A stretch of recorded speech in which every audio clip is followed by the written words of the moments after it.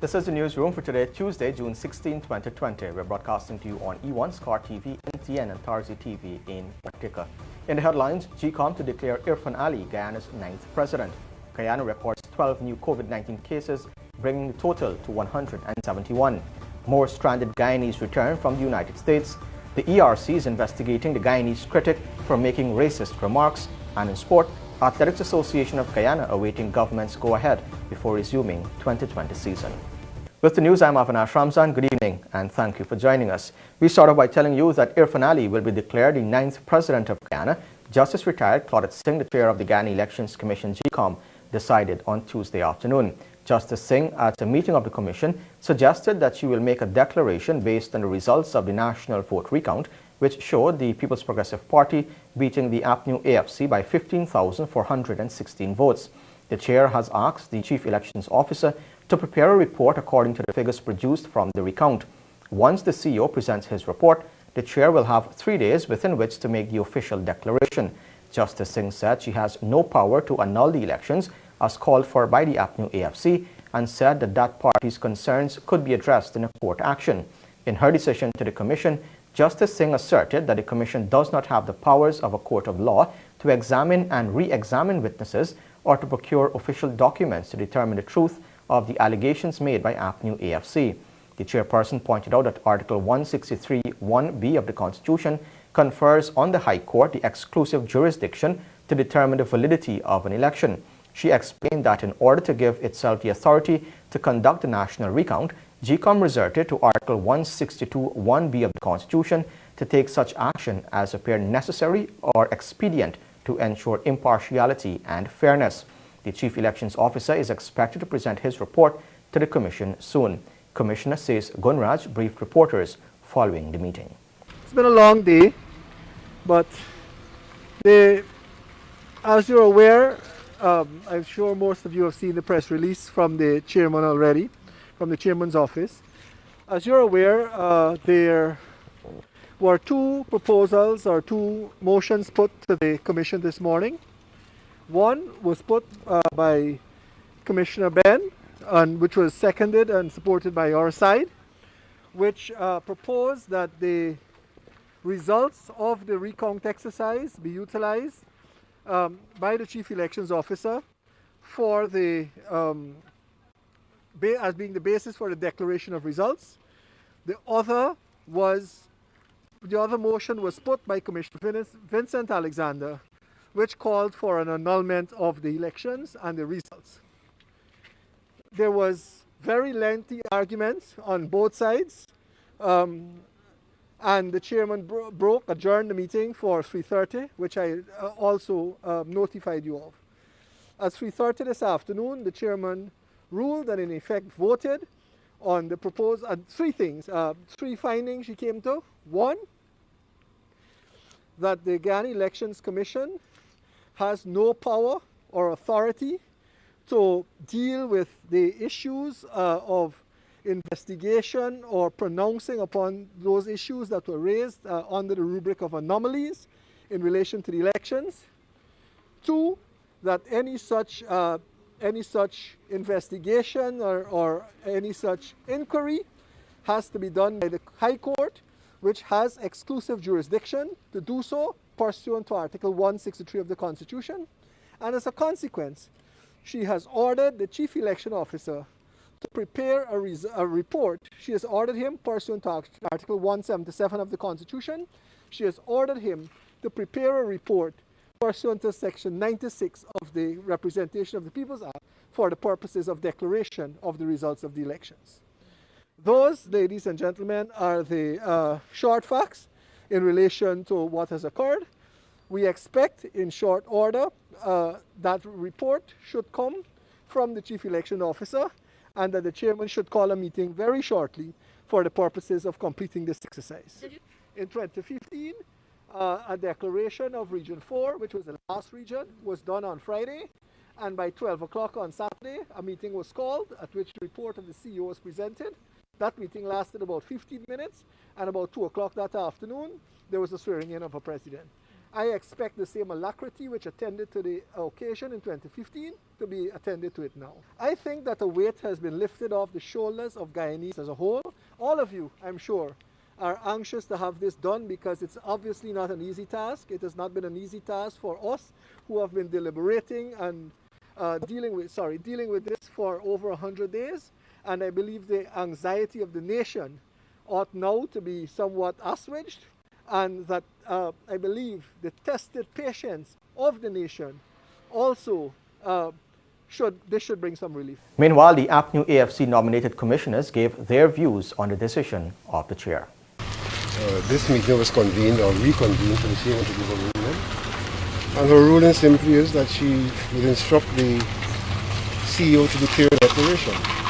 Based on? Based on what? Based on tabulated recount. That is the recount As tabulated. But based on the GECOM process. Yes. And how do you view this? Well, I'm not in agreement, but that's the fact of the matter. Could you pronounce on the CEO's report, the observation report? In a sense, what she said is that there is merit in what's in the report, but that notwithstanding the merit, it's a matter for petition rather than for the Commission to rule on. I had said in previous times that this exercise wasn't only about counting numbers, but it's also about ascertaining the credibility of the election. For me, that's important because it will determine to a large extent what is going to happen to the country in the immediate period ahead. I would hope, I'm deeply disappointed by the decision, and actually indicate to the chair that while it is I have a lot of respect for her, I'm not in agreement with this decision that she has made. Because I believe from my vantage point, that the country needed a decision that will allow it to go forward in peace and harmony. I believe the decision made today is not going to allow that to happen. And I will just hope that in spite of the reservations that I have, that, peace will prevail. That's my opinion. And the Carter Center today commended the Guyana Elections Commission GECOM on the completion of the recount process and welcomes the CARICOM report, which indicates that despite minor flaws in the process, the recount results are acceptable and provide a basis for a declaration of the results from the March 2 elections. A statement from the Observer Group noted that although the Carter Center is disappointed that it was not allowed to return to Guyana to directly observe the recount, it is encouraged by CARICOM's largely positive report on the recount process. According to the statement, the Carter Center has previously stated that while electoral preparations and voting and counting procedures met international standards, the March tabulation process for Region 4 generated results were deemed by the Center and other international and domestic observers as not credible. Going forward, the Carter Center called on all Guyanese to prioritize efforts to strengthen Guyana's democratic institutions and advance constitutional reforms to move beyond the winner-takes-all system. Still ahead on the newsroom, Guyana records 12 new COVID-19 cases, bringing the total to 171, and more stranded Guyanese return from the United States. Stay tuned. Welcome back. This is the newsroom. Guyana has recorded 12 new COVID-19 cases, bringing the total to 171. The cases were recorded from a total of 36 additional tests done and come one day after the current COVID-19 restrictions expire. Tuesday's daily update was provided by the Chief Medical Officer, Dr. Shamdeo Posad, who also urged persons to see a doctor if they are feeling unwell. I wish to inform you that our COVID-19 cases continue to rise. It is unfortunate that I announce Region 2 has recorded its first case. We now have 8 out of 10 regions reporting COVID-19 cases. As of the 16th of June 2020, of the 36 tests conducted, we are reporting 12 new cases. This brings our total number of confirmed cases to 171 and the number of COVID-19 deaths remaining at 12. The total number of tests done is 1,995, and of that number, 1,822 are negative. We have 60 active cases in institutional isolation and 24 cases in quarantine. We are happy to report that 99 persons have recovered thus far. we continue to call on our mining communities to recognize that you can only be safe if you always follow the guidelines of wearing a mask when you are in public, washing your hands as often as possible, and maintaining physical distancing. Please remember that there is no cure, so the temptation to self-medicate if you have symptoms of COVID-19 is not recommended. We ask that you seek medical attention by contacting the nearest health facility so that they can bring services to you. The message is not only for the miners within the hinterland regions, but for those who are at home and on the coastlands and have plans of returning. Please remember that you cannot provide for your family if you are sick. And the second batch of Guyanese returned home on Tuesday from the United States of America. The passengers who were excited to be in Guyana will be quarantined at home for 7 days, while the flight also took out over 70 U.S. citizens who were stranded in Guyana. Bibi Katoon reports. A total of 48 Guyanese returned home from Miami, Florida on Eastern Airlines Flight 182 on Tuesday. The number of passengers were significantly less than the over 100 who returned from Miami on June 6th. The flight landed at the Cheddajagan International Airport at about 12 hours 35. The passengers were elated to be home and spoke with the media about their experience. It's great being back home, a lot of confusion at the first to get on the flight, but once you get your name on the list and everything is smooth from there. And the flight was pretty empty this morning, so it's good being back home. I'm just happy to be back home. There's no place like home. Oh my God, it's like suffocating. It was terrible. I love my country and now I feel I can breathe. And I give thanks to all those who make it possible for me to return home. I still have Guyanese who are suffering and I would like them to get help too, especially in New York. I feel relieved, relaxed that I'm home now. So now it's time to get back to business, see what I can do while I'm back here. Hopefully everything changes while I'm here. People can come back home when the time comes. That's about it. I went in the U.S. since March 12th, and I'm supposed to return on April 3rd.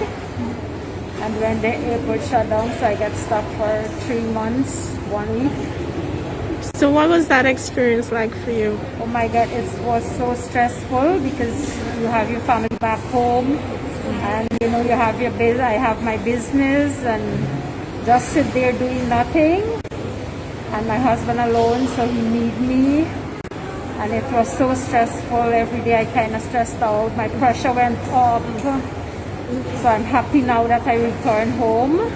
On its way out, the flight took 73 U.S. citizens who were stranded in Guyana following the closure of local airports to all flights on March 17th.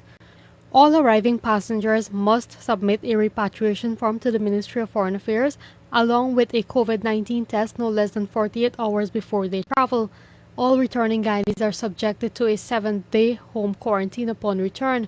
During this period, none of the citizens will be permitted to leave their homes except to seek emergency medical services. A Caribbean Airlines flight was also approved to bring home stranded Guyanese from Barbados and Trinidad and Tobago. However, the flight, which was set for June 11th, was cancelled as the Ministry of Foreign Affairs failed to submit the list of passengers to the airlines 48 hours before the flight was scheduled to depart. The National COVID-19 Task Force has extended the nation's COVID-19 emergency measures to June 17, 2020. Bibi Katoon, Newsroom. We tell you now that a small group of persons protested in front of the home of social media personality, the Guyanese critic, on Tuesday morning after he made racist remarks against Afro-Guyanese. The Ethnic Relations Commission, that's the ERC, has since launched an investigation. Isnella Patwa reports. The Ethnic Relations Commission, ERC, says it is reviewing a video in which well-known social media personality, Guyanese critic, is heard making racially insensitive remarks against Guyanese of African descent, Christians, and even a claim that Indians drink cow urine. The ERC, in a statement, noted that the matter is currently being pursued by the investigative team and its potentially harmful effects of ethnic harmony. The Guyanese critic, whose real name is Mikhail Rodriguez, will appear before the ERC sometime. He has come in for severe criticisms from sections of society, including politicians, over his remarks which disparage Afro-Guyanese. A petition has been launched for his Facebook page to be removed from Facebook, and there is a trending hashtag #CancelCritic on social media. Rodriguez has since issued an apology on his Facebook page. Meanwhile, a small group of protesters gathered at his Caneview Avenue, South Ramville, Georgetown home early on Tuesday, calling for him to be held accountable for his remarks. The protesters called for Rodriguez to use his social media platform for good and not to add to the already tense political situation in the country. You can see he's totally uneducated. He don't even know how to respond to some of the things you would have asked him. And, we really don't want to accept this kind of thing. I mean, this is a sensitive time in our country. And I think, as Guyanese, we should come together. And he could do better. Yes. The kind of derogative things he said about women, Yes. and semen and all kind of nonsense. I don't understand what he's doing. Here to just show critics and tell critics how disrespectful they are, because we all are black people. We are trying to fight racism, and he's the one that trying to push wood in the fire. Meaning, he's trying to push the racism with using his platform. He's so disrespectful, because why would he want to, every time he go live, disrespect black people over and over and over again? It's so distasteful. When the newsroom arrived on the scene, the protesters had already dispersed after a heavy police presence. And you could compare your son to the president and call the president dumb, or he don't even know that he won the election. Then say black people can't read and write, and you have the audacity to call police on people who are standing up for something. He should be behind bars. Where is it that these people could disrespect authority in Guyana, disrespect the president, and get off and walk free? The protesters are expected to continue their protests on Wednesday. Reporting for the newsroom, I am Isanella Patwa. When the newsroom returns, over 50 loggers on the breadline after Village Council failed to pay fees to Forestry Commission. Stay tuned. Welcome back. This is the newsroom. Small businesses in Guyana have begun receiving grants as part of the government's Small Business Relief Grants and Services Initiative. At a symbol ceremony at the Small Business Bureau on Monday, the owners of 12 businesses received checks totaling $1.6 million to assist the businesses during this period. A press release from the Ministry of Business noted that the relief support is intended to strengthen and sustain small businesses through the provision of relief grants, training and development support. Another set of businesses will receive relief grant checks on Friday. In handing over the checks, Hemraj Ramkumar said that the government understands the challenges being faced by small businesses at this time. Rajkumar said that while he understands that the grants may not treat with the full scope of their challenges, it is a gesture from the government to offer some type of support. Now, for approximately a month now, residents of Hururu village along the Berbice River in Region 10 have not been able to transport logs, the main source of their income, after the village council did not pay fees owed to the Guyana Forestry Commission. The situation is worrying for the residents, especially during the COVID-19 health crisis. Isnal Patwa tells us more. The residents are calling for the intervention of the Ministry of Indigenous Peoples Affairs, the National Tushaus Council and the Amerindian Peoples Association on the grounds that the village council is not operating in the best interests of the village. One of the main sources of income for the residents is logging, but for a month now they have not been able to transport any logs after the village council did not pay the Guyana Forestry Commission fees in order for them to obtain permits and tags to transport the logs. Hururu village is located along the Berbice River in Region 10 and has a population of over 500. One of the loggers, Orville Nohar, told the newsroom that the residents signed a petition for the village council to be removed until an investigation and an audit is done. We'd really like to see justice in our village in a sense that we could move forward in further years, and this has been a steady process where every treasurer going in there and doing all these things, and the help is a main thing to get, and right about now we ain't really getting a lot of help. We know the ways about getting the help then, because the people that know the way about is taking advantage of us. According to Nohar, the village treasurer, Whitney LaRose, failed to produce outstanding financial reports, receipts and bills for some $2.5 million he claimed he used to purchase and transport food supplies to assist residents during COVID-19. Nohar said the treasurer is now refusing to meet with the residents to hear their concerns. Nohar further explained that the loggers work on private lands but have to pay the village council a fee in order to obtain the permits from the Forestry Commission. We on this village have a private land where we could work any amount of logs and any amount of slices. We don't have restriction, right? But with that said, we need to stay in our land. As there's other land bordering us. Now, this to show, sign the MOU contract, a memorandum of understanding where we would be paying X amount of money every month to collect permits and these things, which is being used to transport these goods, right? A document.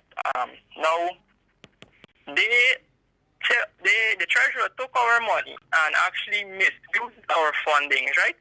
And they didn't get to pay this MOU fine. Now, we as loggers, the main source of our income is being shut down because of this.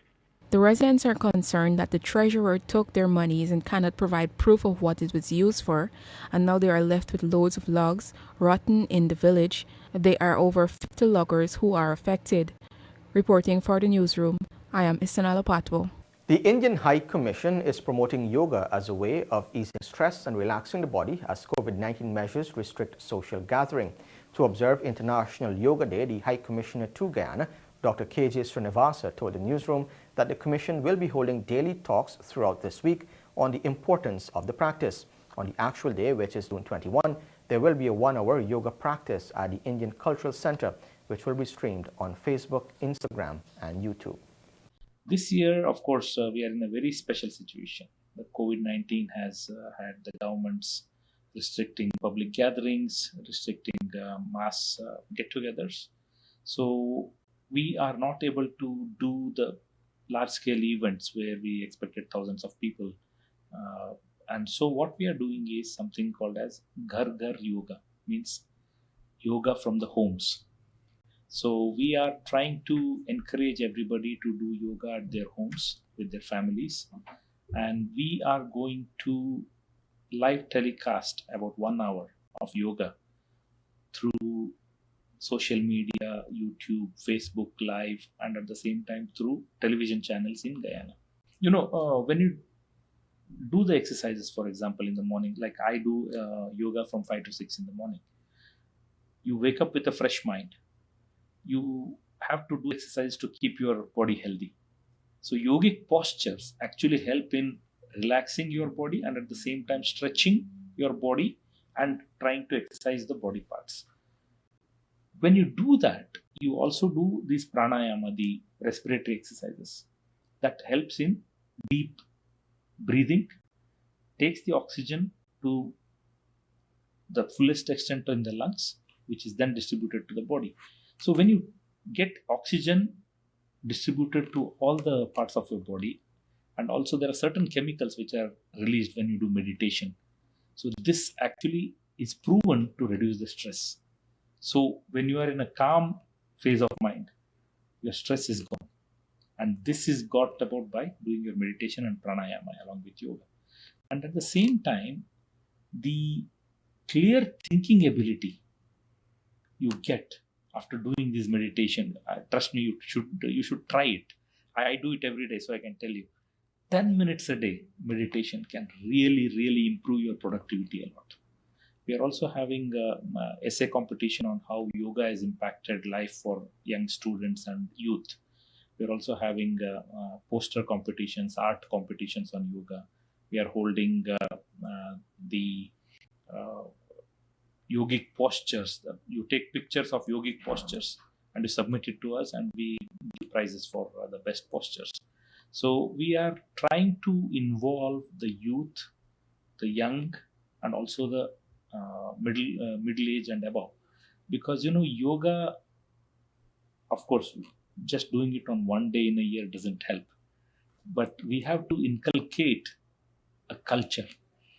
And I think this COVID-19 has actually helped across the world people who are stuck at home to do something to improve their health, their concentration, and their way of approaching life. People got depressed just staying at home, doing nothing across the world. We have seen that in many places. Yoga is a physical, mental, and spiritual practice which originated in India. The International Day of Yoga has been celebrated annually on June 21 since 2015, following its inception in the United Nations General Assembly in 2014. When the newsroom returns, the financial weather and bridge reports along with sport. Stay tuned.